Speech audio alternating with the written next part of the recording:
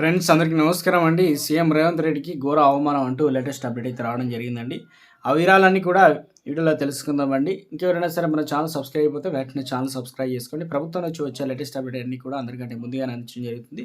చూస్తున్నారు, అదేవిధంగా లైక్ చేయండి, మిత్రులందరికీ వీడియోని షేర్ చేయండి. ఇక లేట్ చేయకుండా వీడియోలోకి అయితే వెళ్ళిపోదామండి. ముఖ్యమంత్రి రేవంత్ రెడ్డి దావోస్ పర్యటన ముగిసింది. శుక్రవారం ఉదయం హైదరాబాద్ చేరుకున్న ఆయనకు శంషాబాద్ ఎయిర్పోర్ట్‌లో కాంగ్రెస్ శ్రేణులు స్వాగతం పలికాయి.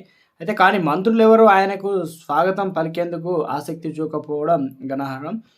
దాదాపు 10 మంది మంత్రులు హైదరాబాద్‌లో ఉన్నప్పటికీ ఎయిర్‌పోర్ట్ వరకు ఎదురెళ్లి ముఖ్యమంత్రికి స్వాగతం పలకడానికి వారు సుముఖత చూపకపోవడం చర్చనీయాంశమైంది.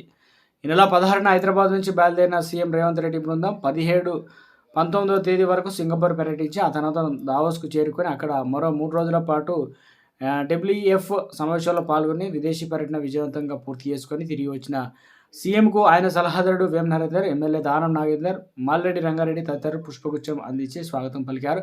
కాగా మంత్రి దుద్దిల్ల శ్రీధర్బాబు ఇంకా దావోస్‌లో అయితే ఉన్నారు. మంత్రులెవరూ స్వాగతం